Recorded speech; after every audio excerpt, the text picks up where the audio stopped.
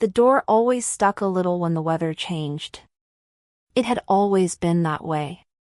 But I knew just how to lift the handle, just the right way. As I stepped inside, the familiar creak beneath the welcome mat should have brought me comfort. But it didn't. Before I could even set my bag down, I heard a voice. A sharp, biting voice that cut through the silence. "What's that witch doing here? Get out of my house." It wasn't even a proper greeting. Not a hello or "you're back early." No. Just that. Screamed from the couch, as if I was an intruder in my own home. Flo was sitting there, draped in silk pajamas, legs crossed, holding a glass of wine like she ruled over something. Her face twisted when she saw me, as if I'd walked in with dirt on my shoes. Micah stood behind her, his hand resting on the wall, eyes locked somewhere down at the floor vent, refusing to meet mine. I looked around. My books were packed away. The side table I inherited from my aunt was gone. My favorite armchair was shoved against the wall, like an afterthought. I slid my purse off my shoulder and set it down on the hardwood floor. The one I had painstakingly polished myself before I left. "This isn't a kennel," I said, my voice steady. "This is my house." Flo scoffed, swirling her glass, clearly trying to show that she didn't care. I took off my coat, hanging it on the hook with deliberate precision, my hands not even trembling. Micah shifted like he might speak, but he didn't. The wine bottle on the coffee table wasn't mine. Neither were the ugly floral throw blankets thrown over the couch, or the perfume hanging thick in the air. It was sweet, but not in a nice way, heavy, like rot covered with sugar. I walked past them. My boots clicked on the floor, every sound reminding me this was still my space. Behind me, Flo laughed. It was low and taunting. "She thinks she's in charge," she muttered, "she's just old." I kept walking toward the hallway. Toward my bedroom. When I opened the door, I saw it. What was supposed to be my sanctuary now felt like a stranger's space. My chest tightened. The room felt foreign. Please like this video and listen to my story till the end and let me know which city you're listening from. That way, I can see how far my story has traveled. It really means a lot to me. I sank down onto the bench in the garden later that evening, a garden I'd planted myself, back when Micah still remembered how to use his hands for something kind. The soil had gone dry. The leaves and the planters were curled, like they'd been holding their breath the entire time I'd been gone. 32 years. 32 long years. That's how long it took to pay off this house. I was 20 when Micah's father died. 30 when I finally stopped waiting for someone to come rescue me. After that, I worked my fingers to the bone, scrubbing toilets by day and washing hospital linens by night. Some days, my feet bled right through my shoes. But every dollar I earned built these walls. Every piece of furniture was bought secondhand and loved until it looked new again. I sanded these floors myself. Painted the hallways with rollers I borrowed from the church. Planted every flower in this yard by hand. Even the hydrangeas. They never bloomed quite right, but I kept them anyway. Are you curious about what happens next? Well, there's more to come. Let's see how things unfold as the story grows stronger. Stay tuned for the next part, where the tension between family, loyalty, and love takes another turn. I walked into the kitchen the next morning. The first thing I noticed? Clarabelle's heels. Glossy, red, and sitting on the counter like some kind of cruel joke. Those heels didn't belong there. They didn't belong anywhere in my house, but they were right there, next to my fruit bowl, the same one Micah made for me in high school pottery class. The glaze was chipped, but it was still the same bowl I'd cherished for years. And there it was, sitting beside her shoes, a reminder of how everything had changed. The sight of them made my chest tighten. I didn't touch the heels. I just made my coffee in silence, using the chipped mug Lonnie had given me the last Christmas we spent together. I drank it black, even though the cream I'd bought before I left had already disappeared. When I stepped into my bedroom later, the bed was unmade, the sheets tangled in a mess. Foundation smeared on the cotton, the scent of Flo's perfume clung to the air like something suffocating. The mirror was fogged with fingerprints, and the dresser? Covered in scattered makeup bottles, lip gloss tubes, foundation, hairpins, and an open jar of something that smelled rich, overwhelming, like it was all meant to cover up something far worse. The scent was everywhere, thick and cloying, sticking to the walls like a bad memory. Micah walked in behind me, rubbing sleep from his eyes. "We just needed a place for a while," he mumbled, his voice soft, almost apologetic. Flo appeared in the hallway, barefoot, yawning. She looked at me with a smirk. "It's empty most of the time," she said, her tone dripping with fake sweetness. "What's the big deal?" I didn't respond. I didn't have to. Instead, I bent down, picking up the damp towel from the floor, the one I used for my back. Another one was shoved under the bed, still damp. I carried them out of the room without saying a word. As I passed by Flo, she snorted, "You should be grateful anyone even visits you." I didn't flinch. I didn't argue. I just folded the towels in silence and put them in the linen closet, where they wouldn't be able to reach them. Tell me in the comments. And if you've dealt with something similar, share your story.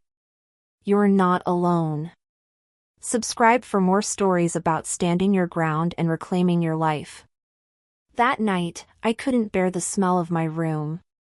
I took the couch, pulling an old quilt over my knees and staring at the ceiling for hours, not knowing whether to scream or cry. But I didn't do either. I just lay there, feeling the quiet creep in around me.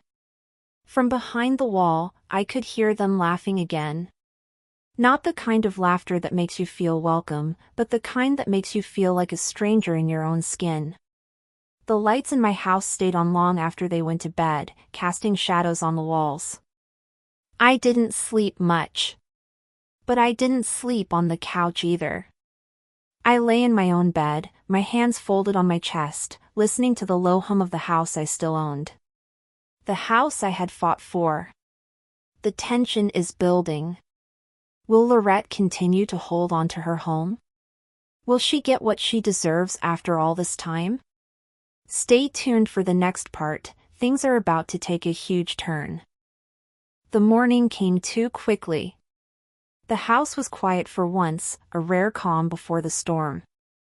I walked into the kitchen, my heart a little heavier than usual. But when I opened the cabinet to grab my mug, I stopped. It wasn't there. I looked around, eyes scanning the counter and the sink, and found it, my mug. The one Lonnie gave me the year before he passed.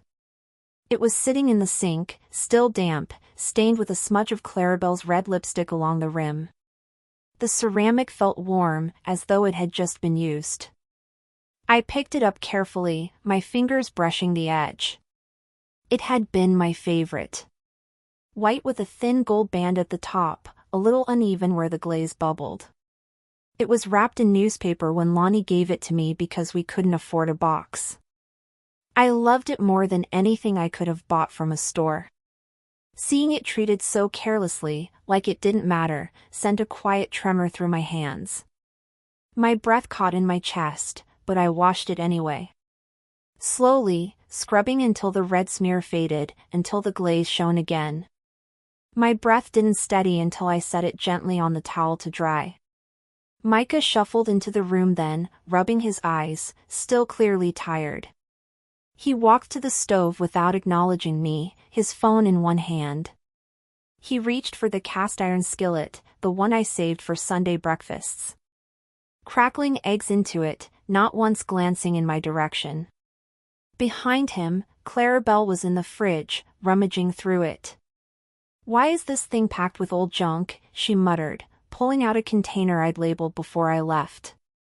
Without a second thought, she tossed it in the trash.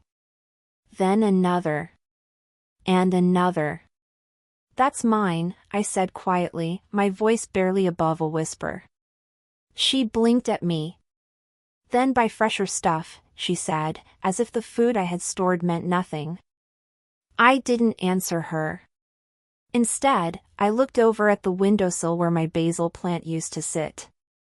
The leaves were brown, the stems bent forward, as if they were begging for water they never got. Clarabelle yawned dramatically from the other room. "Your heater's trash," she complained. "Laurette, fix it before we freeze to death." I dried my hands, folded the dishcloth, and placed it back where it belonged. I didn't raise my voice, didn't scold, didn't defend myself. I just opened a drawer, pulled out a notepad, and began making a quiet, deliberate list. One line after another, already knowing where this would lead. You won't believe what Laurette does next. The tension is about to escalate. Stay tuned to see how she takes control back in her home. By noon, I had made up my mind. I walked to the hardware store, coat zipped tight, my hands steady for the first time in days. The man behind the counter didn't ask questions. He just handed me 5 heavy-duty padlocks and a metal file box. I paid in cash. Back home, I moved quietly through the house. First, I gathered what was mine. My cast iron skillet. My Dutch oven. The baking dish Lonnie and I used every Thanksgiving. I placed them carefully into the hallway closet, turning the lock. Next was the pantry.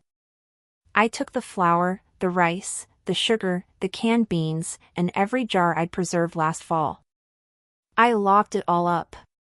The refrigerator took longer.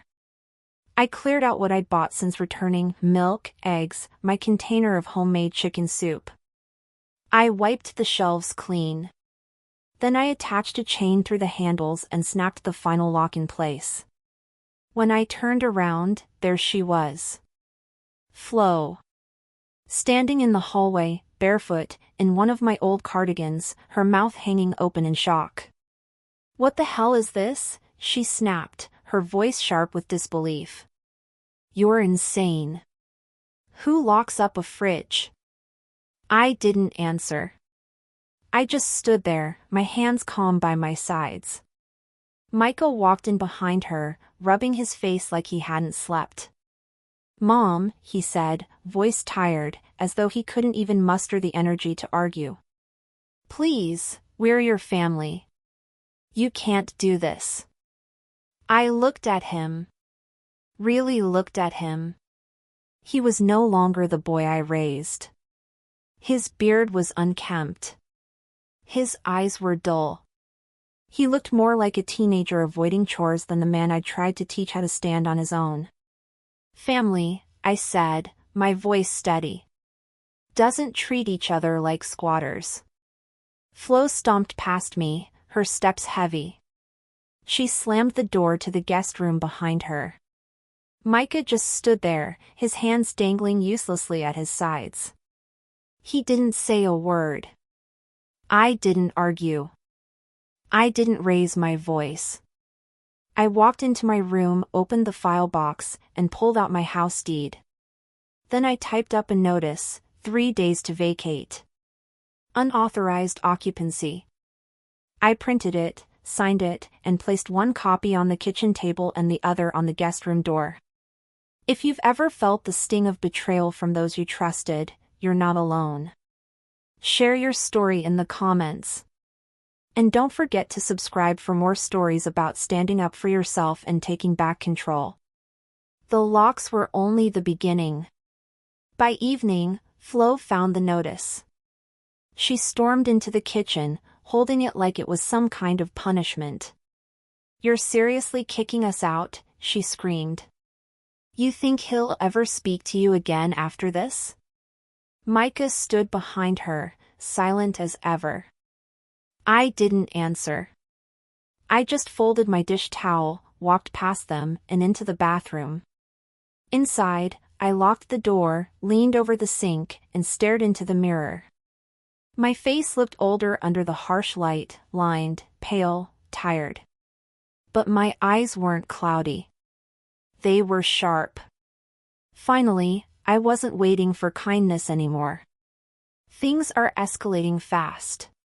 What will happen when the eviction goes through? The story is just getting started. Stay tuned for the next part, you won't want to miss it. I spent that night in the quiet. The kind of quiet that seeps into your bones, that fills the space where laughter and conversation used to live. I didn't sleep much. Every time I closed my eyes, I could hear them, Micah and Flo, arguing in the other room. But I didn't go to them. I didn't try to fix anything. The damage was already done. The next morning, I woke up before the sun. The stiffness from the couch still ached in my back, but I didn't mind. It was a pain I could endure. It was nothing compared to the way my heart had ached when I walked through the door the day before. I walked into the kitchen, the air smelling faintly of stale coffee. I reached for my mug, the one that had been marred by Flo's careless lipstick. It was still damp, still stained. But it was mine. And that was enough. When I went to the fridge, I paused for a moment. The sight of the locks, the chain, all of it reminded me that this was still my space. My sanctuary. But then I heard a voice, Flo's, shrill and frustrated. "Why do you have to be so dramatic?" she shouted from the living room. "We're just trying to get by. Why can't you just let it go?" Let it go. Let it go? That was the thing. I wasn't letting anything go anymore. I stayed silent, just continuing to make my coffee, every motion slow and deliberate. Micah shuffled in a few moments later, his eyes still heavy with sleep. He didn't look at me. Not even when I handed him the mug I'd just poured for him. He took it without a word, like it was nothing. And it hit me, then. The silence between us, the distance that had stretched too far for too long. Micah wasn't the man I once knew. The boy I'd raised to stand on his own had been swallowed by something else. Maybe it was the years of excuses. Maybe it was the soft promises that never amounted to anything. But standing there, watching him drink the coffee like it didn't matter, I knew I had to let go too. Engagement break. Tell me in the comments, have you ever had to make the hardest choice to protect yourself? Share your story, and know that you're not alone. And don't forget to subscribe for more stories about reclaiming your peace and standing firm in your truth. By midday, I was moving again. Not hurried, but steady, determined. The padlocks on the fridge and pantry weren't just symbols. They were a declaration. This was mine. This was my life. I walked down to the hardware store again, this time with a list. More locks, a few chains, a few things to make it clear, no one was taking my home from me. Not Flo. Not Micah. When I came back, I didn't hesitate. I went straight to the guest room. The space where they had made themselves at home, where Flo had dared to make me feel like an intruder in my own house. I locked that door. Then I turned the key, the click echoing through the hall like a warning. When I went into the kitchen, Micah was standing by the sink, his back turned to me. He didn't look up when I walked in. Didn't even flinch when I picked up the notice I'd printed. The one that would change everything. "Micah," I said, my voice quiet but firm. "You need to leave." He turned to me then, his eyes wide. For a moment, I saw the boy I used to know. "Mom, please," he pleaded. "We're family. We can work this out."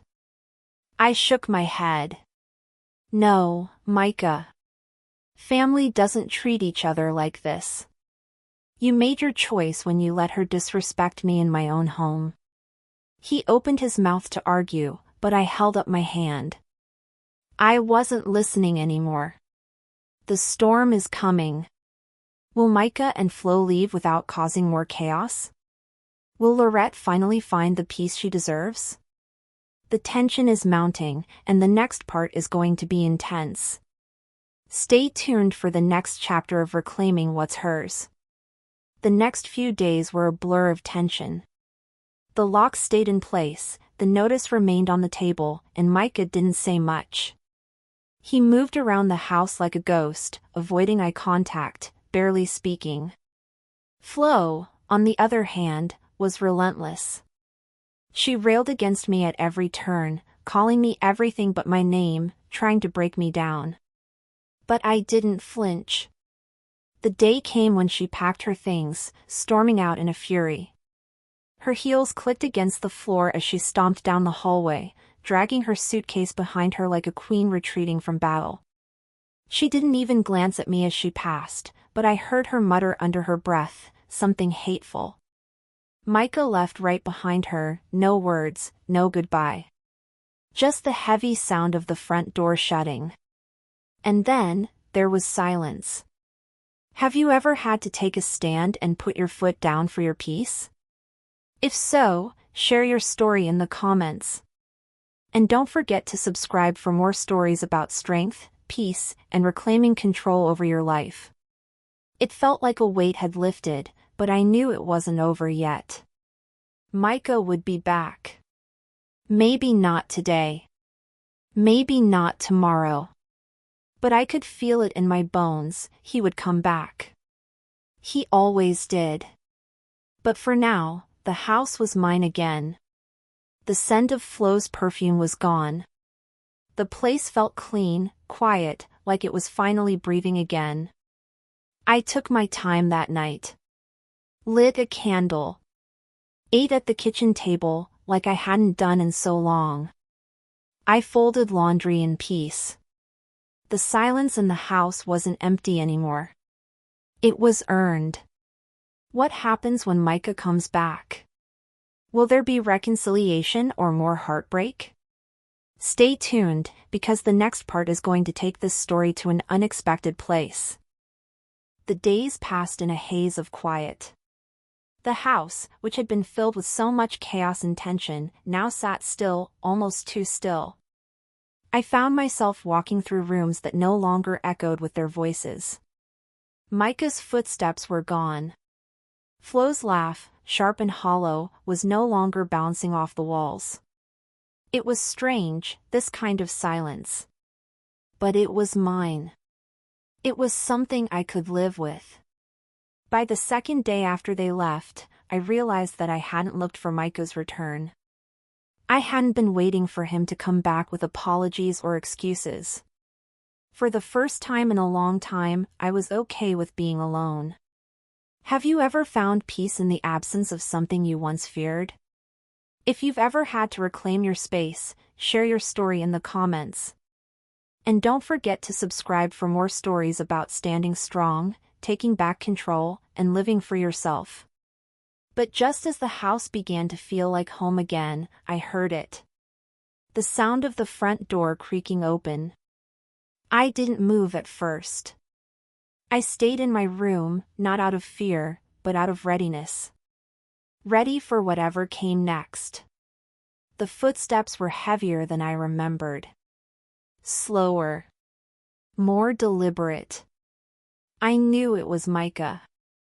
I didn't need to see him to know. I heard him stop at the hallway, a deep sigh escaping him. Then, he knocked on my bedroom door. Mom? His voice was different now, softer, quieter. Almost like he was unsure of what to say. I didn't answer right away. I let the silence stretch between us. I wasn't in a hurry to bridge the gap, but I knew I would have to face him eventually. When I finally opened the door, he was standing there, his eyes avoiding mine. His beard was still unkempt, his shoulders slumped. He looked exhausted, like the weight of the past few days had finally caught up with him. "I'm sorry," he said, almost in a whisper. "I messed up. I should have stood up to her. I shouldn't have let it get this far. I studied him. Really looked at him. The boy I used to know, the one I raised to be strong, was standing before me, a shadow of himself. But it wasn't just him that was broken. I was, too. I waited for you," I said quietly. "I waited for you to see what was happening. To see how she treated me. But you never did. You didn't stand up for me when it mattered." His eyes flickered with something, guilt, regret, maybe even shame.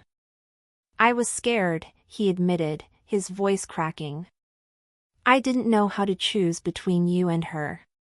And I didn't want to lose her."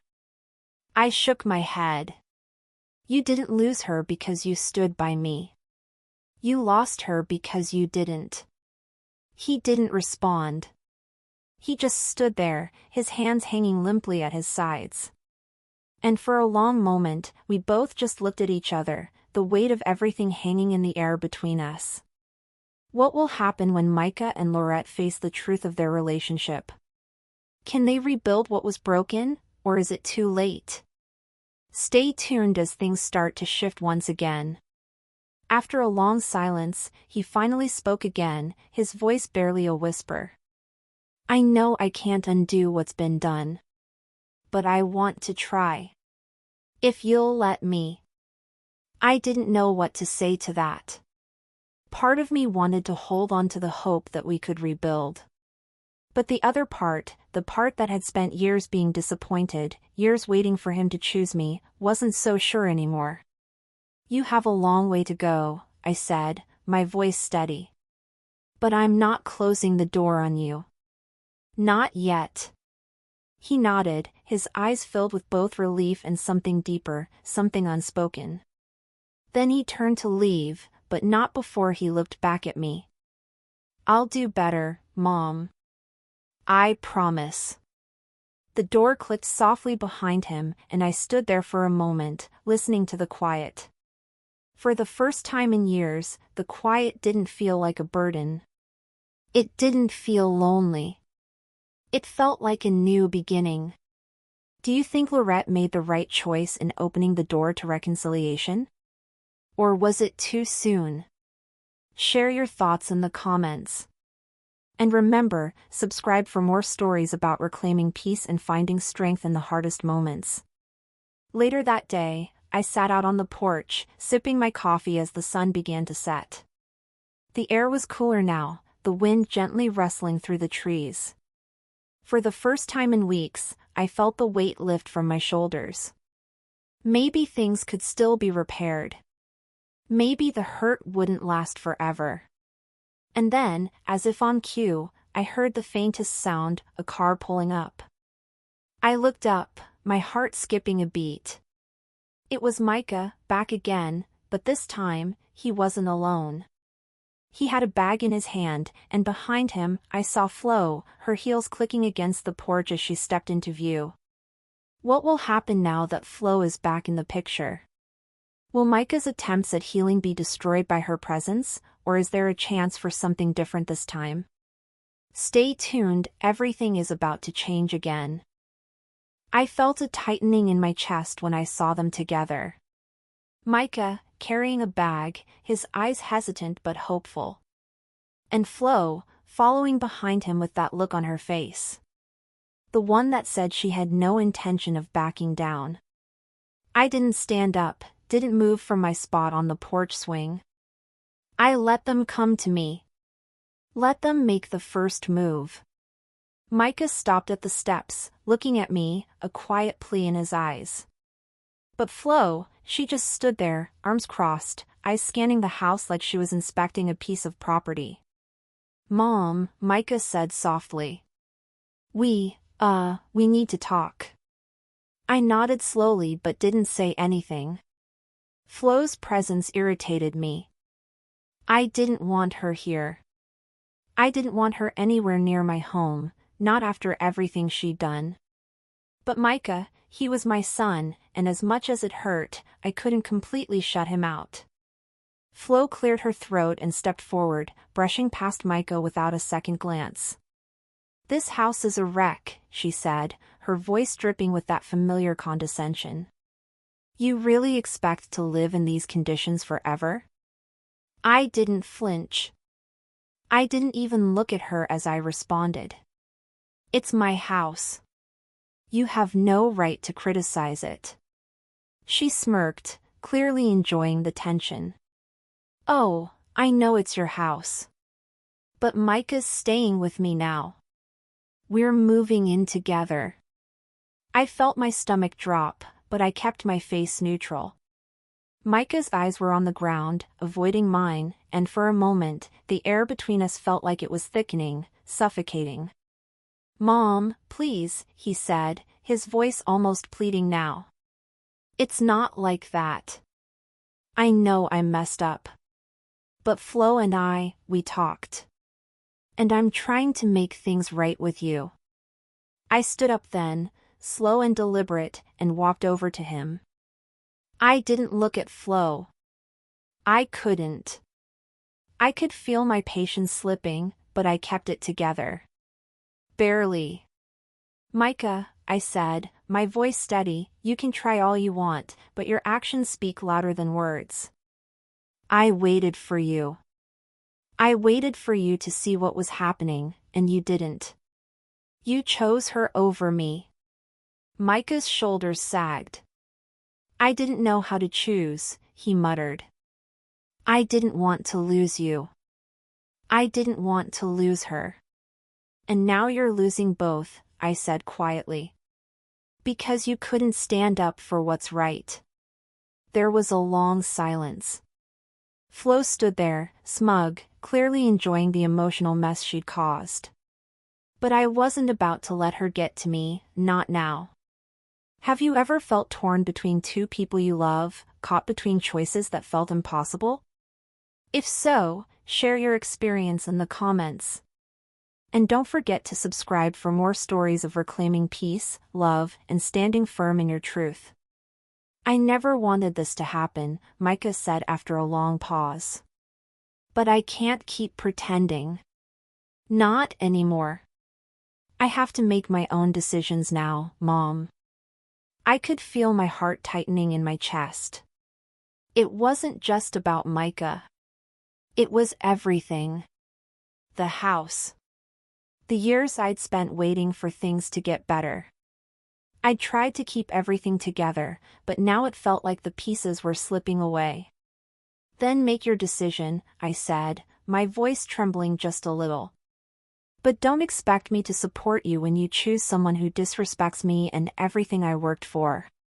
Micah took a deep breath, his eyes filled with regret, but there was a determination there, too. "I'm not asking you to support me. I'm just asking for a chance to fix things.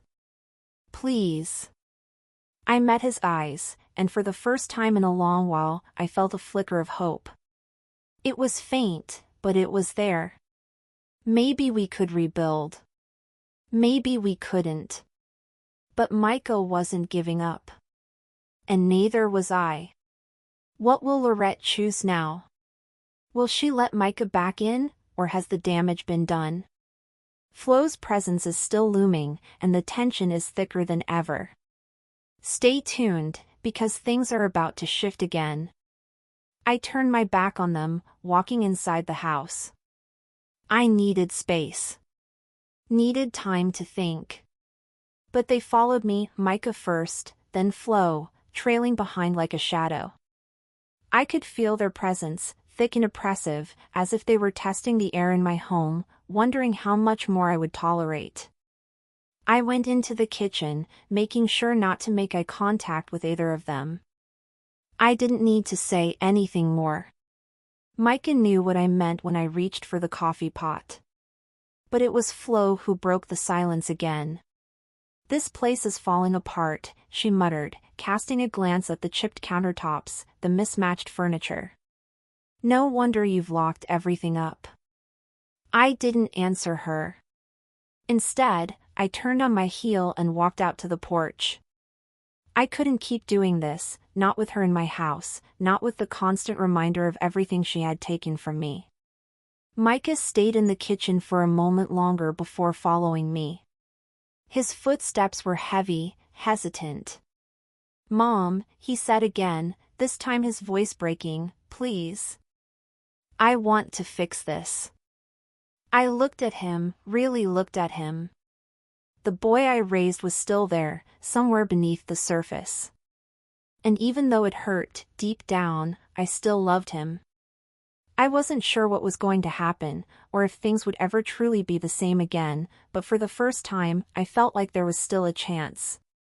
Have you ever had to decide whether to let someone back into your life after they hurt you? What did you choose? Share your thoughts in the comments. And remember, subscribe for more stories about navigating the toughest choices and finding strength in the face of adversity. Micah stood there, waiting, and I could hear the uncertainty in his voice as he spoke again. "I'm not asking for your forgiveness yet, Mom. I'm just asking for the chance to make it right." I didn't answer him immediately. Instead, I sat down on the porch swing, the cool breeze ruffling my hair. The house was mine again. But Micah, he was still my son, and a part of me couldn't turn him away. Not completely. Not yet. I took a deep breath and looked at him. "You've got a long road ahead of you, Micah. But you've got to do it on your own. I can't fix this for you. Only you can." He nodded, eyes filled with something close to understanding. Where will Micah go from here? Can he truly make things right, or has too much been broken? Don't miss the next part, things are about to get even more complicated. The days after Micah and Flo's return felt like a quiet storm building. I couldn't shake the sense that something was about to shift, but I wasn't sure which direction it would go. Micah's words echoed in my mind, he wanted to fix things, but could he? Could I? I found myself walking through the house, each room reminding me of the life I had built, piece by piece. The memories of better days, of Micah as a child, flooded me. But I couldn't ignore the damage. I couldn't pretend everything was okay when it wasn't. The house was still mine. But the people in it? They had changed, and so had I. Have you ever felt like you were standing between your past and future, not knowing which path to take? Share your thoughts and experiences in the comments. And don't forget to subscribe for more stories about navigating life's hardest moments and finding your way back to peace. I didn't hear from Micah for the next couple of days. It was the quiet I had been craving, but it wasn't the relief I'd hoped for. Every time I thought of him, I wondered if he truly understood what I had been trying to say, or if he was just lost, caught between me and Flo, caught between wanting to be the man he thought he was and the boy he used to be. Then, just as the tension in the house had settled into a new kind of uneasy peace, I heard the doorbell ring. I wasn't expecting anyone. But when I opened the door, it wasn't Micah who stood there. It was Flo. I froze. My stomach twisted. I had no intention of letting her back in. Not after everything she had done. She wasn't smiling. There was no smug look on her face, no mocking tone. Instead, she just stood there, her eyes tired, her shoulders slumped like she'd been carrying more than she could handle. "I need to talk to you," she said quietly, her voice flat, no trace of the arrogance she usually wore. I stood in the doorway, not sure if I should let her in or tell her to leave. A part of me wanted to shut the door and walk away. But another part of me, one I didn't quite recognize, knew I had to hear her out. "I'm listening," I said, finally stepping aside to let her in, but I kept the distance between us. She stepped inside, her eyes scanning the room like she was seeing it for the first time. She looked lost. Not just in the house, but in her own skin. It was almost like she was seeing the destruction she'd caused and didn't know how to face it. "I know I've hurt you," she began, her voice trembling slightly. "I don't know how to make up for it, but I want to try. I know I've been terrible, but I don't want things to stay like this." I didn't say anything. I didn't even move. I just let her speak, waiting for the catch, for the lie that would follow. I never meant to cause this much damage, Laurette, she continued, her voice breaking. I was scared. And I thought that if I kept pushing, if I kept controlling everything around me, maybe I'd feel like I had some power. But I don't.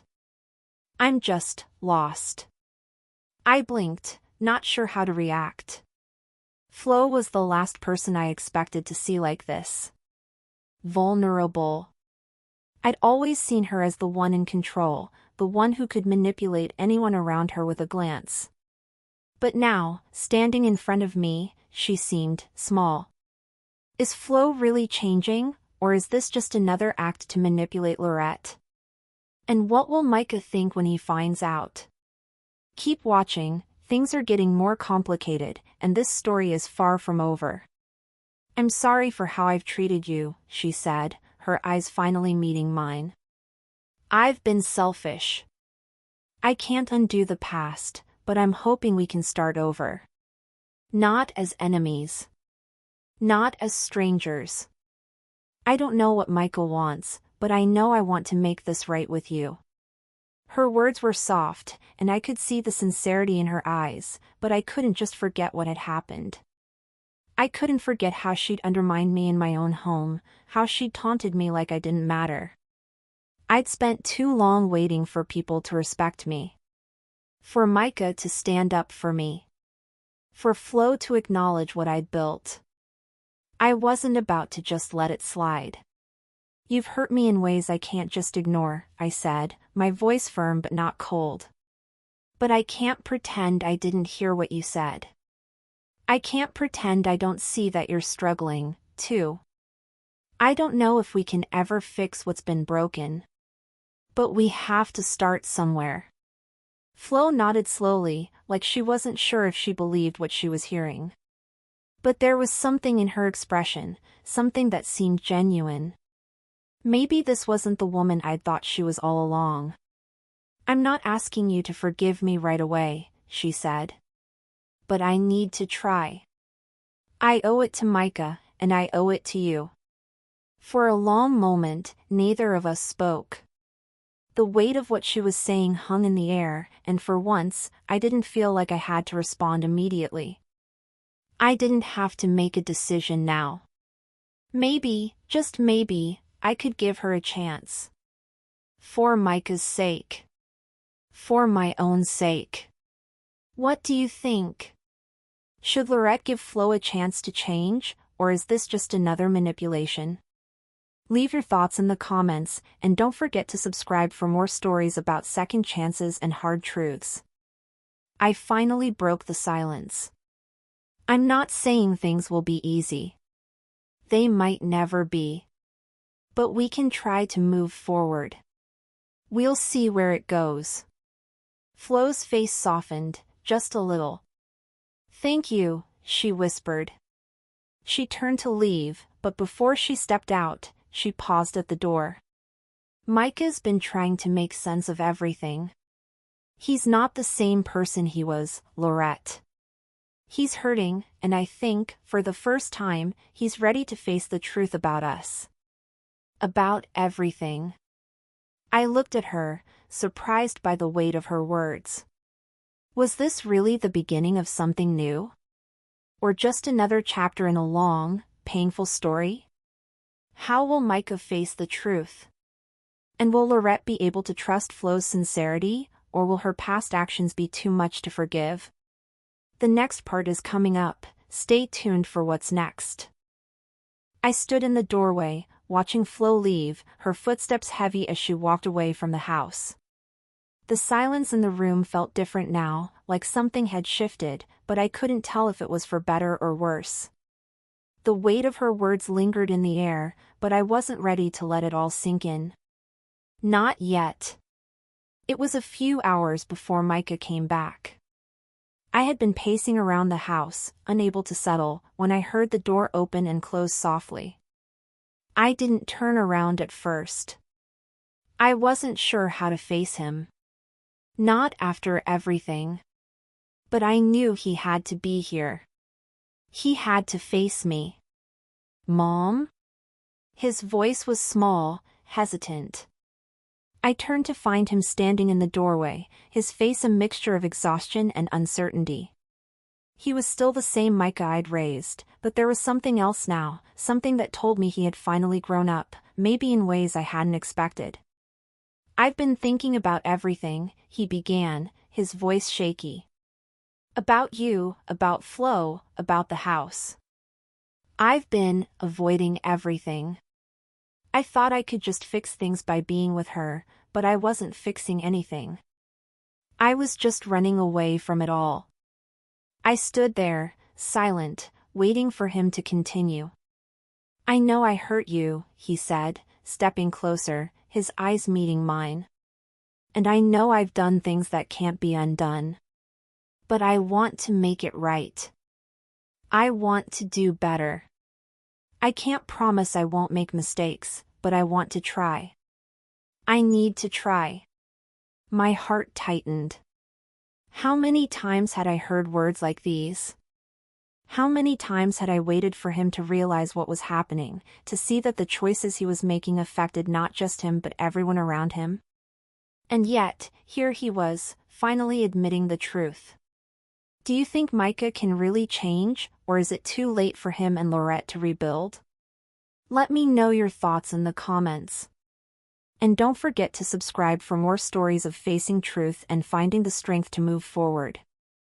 "I don't know, Micah," I said, my voice calm but carrying the weight of everything I'd been holding back. "I don't know if we can just go back to the way things were. But I've been waiting for you. Waiting for you to see what you've been doing. I can't keep waiting." His face crumpled, like he was about to break down right there, but he held it together. "I know," he said quietly. "I've been so caught up in everything else. And I thought I was protecting you by staying away. But I wasn't protecting anyone. Least of all you. I'm not the one you need to protect, Micah," I replied, my voice softening. "I'm not the one who needs your saving. You need to fix yourself first. And you need to be honest. With me. With yourself. I'm not asking you to fix everything overnight. I'm just asking for the truth." He nodded, swallowing hard, as if the words were stuck in his throat. "I'm sorry, Mom. I'm so sorry." I felt my heart breaking for him, but also for myself. This wasn't the boy I raised. Not entirely. The boy I raised would never have let things get this far. What does it mean to forgive someone who's hurt you deeply? Can Micah prove that he's truly changed, or has he already lost Laurette's trust? Stay tuned, because things are about to get real. "I don't want to push you," he continued, his voice breaking. "But I can't just walk away from this. I don't want to lose you, Mom. I've already lost so much." I didn't know what to say. Part of me wanted to wrap my arms around him and tell him that everything would be okay, but I knew it wasn't that simple. "Not anymore." "I don't know if you've lost me yet, Micah," I said quietly, my eyes searching his. "But I can't keep pretending everything's fine when it's not. You need to show me you're willing to do the work. To make the changes. Not just say the words. Words don't mean anything unless there's action behind them." He nodded, looking at me with a new understanding. "I will. I swear. I'll do anything. I'll make it right." I didn't answer him immediately. I just stood there, watching him. This was the moment. The moment where everything could go in one direction or another. And I had to decide if I was ready to trust him again. Can you forgive someone who's hurt you, or do the scars run too deep? What would you do in Laurette's shoes? Leave your thoughts in the comments, and don't forget to subscribe for more stories about healing, growth, and making hard choices. Let's take it one step at a time, I said finally, my voice steady. But you have to know that I'm not going to hold your hand through this anymore. You're an adult, Micah. It's time to start acting like one. He looked relieved, but I could tell he understood the weight of what I was saying. I know. I will. I'll prove it to you, he said. Just as I thought the conversation was over, there was a knock on the door.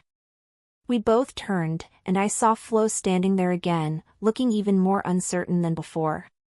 What does Flo want now? Can she and Laurette ever move past everything that's happened, or is it too late for any kind of resolution? Stay tuned for the next chapter, it's about to get even more complicated. I froze when I saw Flo standing at the door again. Her presence was a disruption I hadn't prepared for. I had barely begun to process Micah's apology, the cracks in our relationship slowly starting to show. But Flo, she was a whole different challenge. She was standing there, hands clasped tightly in front of her, her expression different this time. Not smug or calculating, but something else, uncertain, almost vulnerable. I couldn't bring myself to invite her in, but I couldn't slam the door in her face either. I took a deep breath, trying to steady myself before I spoke. What do you want, Flo? Micah, still standing beside me, looked over at me, then back at her, a flicker of confusion crossing his face. He hadn't expected this either. Flo cleared her throat, her voice quieter than I'd ever heard it. I know I've crossed every line with you. And I know that I'm the last person you want to see right now. But I came because I need to say something to both of you. I raised an eyebrow but didn't say anything. She took a step closer, still hesitant. Micah, I don't know if you can forgive me. But I need to say this, I've been selfish. I've hurt you. I've hurt your mom. And for that, I am sorry. I never wanted things to be this way. But I let my own fears control me. I didn't know how to be honest with you, with anyone. Her words felt almost like a confession, and the sincerity in her voice was enough to make me pause. It was the last thing I expected from her, the last thing I thought I'd ever hear. Micah shifted beside me, his eyes still searching hers, as though he was waiting for more, trying to decide whether or not to believe her. I don't know if this is enough to fix everything, she said, her voice catching. But I've been wrong.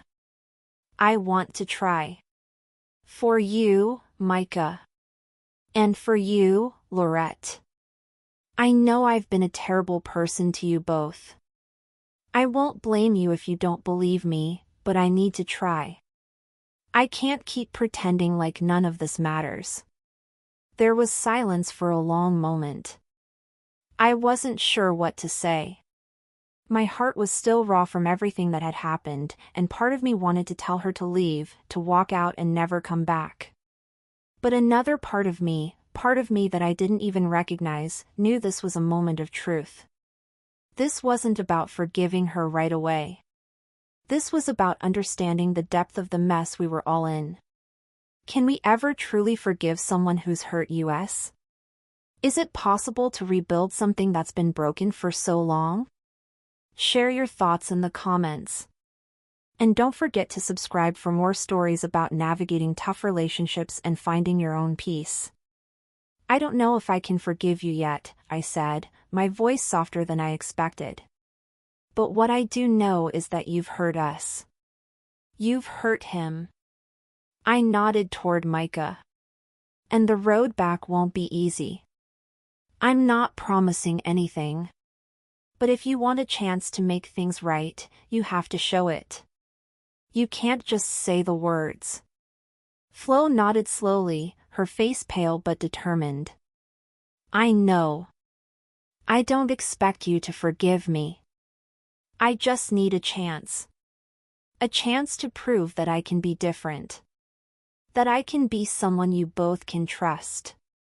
Micah finally spoke up, his voice hesitant. I want to believe you, Flo. I really do. But I can't just ignore what you did.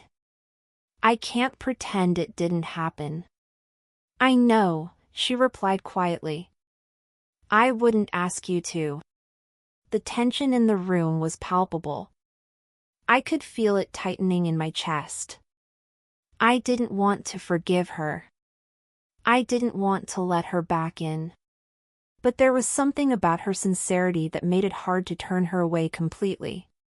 Is Lorette ready to open her heart again, or is Flo's apology just another false promise? Can they all truly heal from the mess they've made, or will they remain stuck in the past? The next part is coming, and things are about to change.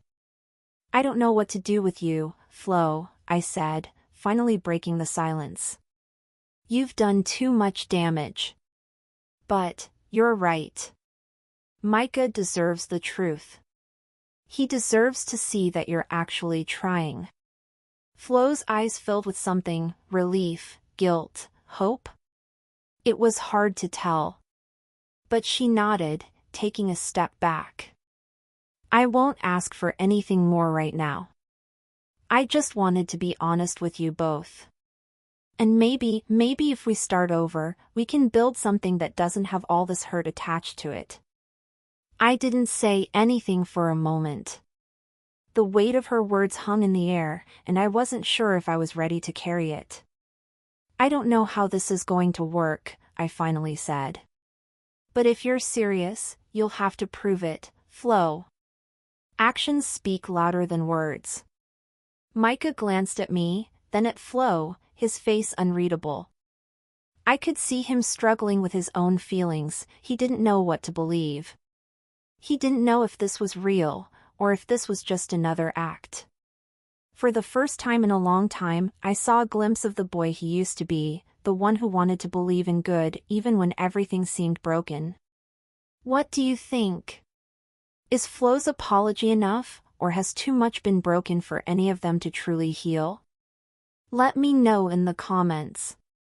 And don't forget to subscribe for more stories about second chances, healing, and the struggles of moving forward. I'll do my best, Flo said softly, her voice almost pleading. That's all I can promise right now.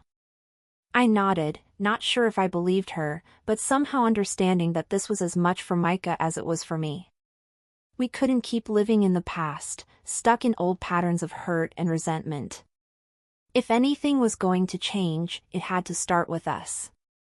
As Flo turned to leave, she paused at the door. I'll be back, she said quietly. And I'll keep trying. For you both. And with that, she was gone again, leaving the house just as empty as it had been before. But this time, something felt different. Maybe it was hope. Maybe it was the beginning of something I couldn't quite understand yet. Can they truly start over? Will Micah and Lorette be able to trust Flo, or will the scars of the past be too deep to heal? Stay tuned for the next part, it's about to get even more intense. It had been a few weeks since Flo's last visit, and while the house was still quiet, I could feel the shift. The cracks were still there, but the weight of them didn't feel as heavy. Things weren't perfect, far from it, but they were different. And in a way, that was enough. Micah had come by a few times since that day. Each time, he'd said the same thing, I'm trying. I could hear the desperation in his voice, the need for forgiveness, for redemption. But I also heard the sincerity. It wasn't enough, not yet. But it was something. Flo hadn't returned, and part of me was relieved. I wasn't sure I was ready to face her again, not so soon. But the other part of me knew that I couldn't keep her out forever. She was Micah's choice, and as much as I wanted to keep her away, I had to respect his decision. Even if I wasn't ready to accept her in my life. I found myself sitting in the garden one evening, the same bench where I'd sat weeks ago. It felt like so much had changed, and yet, it was still the same. The soil was a little drier now, the flowers were a little less bright, but there was still a pulse to it all.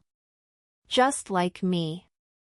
There was still a pulse inside me, too. It wasn't easy. It would never be easy. But I was learning to let go of the things that held me back, the resentments that had rooted so deeply in me, suffocating everything else. I wasn't ready to forgive Flo. Not yet. But I was learning to forgive myself. And that was where everything had to start. Do you think Lorette will ever fully forgive Flo? Can she rebuild the trust with Micah that was broken, or has too much damage been done? Let me know what you think in the comments. And don't forget to subscribe for more stories of healing and starting over. One afternoon, Micah came over again. He was standing in the doorway, his hands in his pockets, looking more like the young man I remembered than the one I had seen in the past few weeks. It was a small thing, but it was a step forward. I saw it in his posture, the way he held himself. "You doing okay?" he asked, his voice softer than usual. I nodded, offering him a small smile. "I'm getting there. One step at a time." He looked down, his fingers fidgeting with the hem of his sleeve. "I've been thinking about what you said. About proving it. I don't want you to just trust me because I'm your son. I want to show you I'm serious. I want to fix this. I want to do it right." I could feel the sincerity in his words. And though the doubt still lingered in the back of my mind, something in me was willing to take a chance on him. It was all I could give him right now, an open door. But the work had to be his. "You've got a long road ahead of you, Micah," I said quietly, watching him carefully. "But if you're serious about this, then show me. I don't need promises. I need action." He nodded, his eyes meeting mine. "I will. I promise." Can Micah truly rebuild what was broken? Will Lorette finally find the peace she's been looking for, or is the damage too deep to heal? The next chapter may surprise you, stay tuned. That night, I sat at the kitchen table, the mug Lonnie had given me in my hands. The house felt more like mine than it had in years. I didn't know what the future held, but for the first time in a long time, I was okay with not knowing. Maybe it was the stillness. Maybe it was the quiet promise of change. Or maybe it was the acceptance that things could never go back to the way they were. But I knew one thing for sure, I wasn't waiting anymore. Not for Micah. Not for Flo. Not for anyone. What does the future hold for Lorette, Micah, and Flo? Can things truly heal, or will they always be broken? Share your thoughts in the comments below. And subscribe to get more stories of growth, forgiveness, and reclaiming your life. As I sat there, sipping my coffee, I realized something important. I had waited for too long, waiting for Micah to come around, waiting for Flo to change, waiting for things to get better. But now? Now I was living for myself. I was no longer waiting for someone to fix me or my life. I was taking control. I was finally choosing my own peace. The doorbell rang. I didn't jump. I didn't freeze. I just stood, walked to the door, and opened it. Micah was standing there, his hands in his pockets, eyes steady. He didn't have to say anything. I could see it in the way he stood, he was trying. And for the first time in a long time, I was willing to give him that chance. the journey isn't over. It's just beginning. The story of Lorette, Micah, and Flo is about forgiveness, growth, and finding peace in the middle of chaos. Stay with us as we continue to explore what it means to heal and rebuild.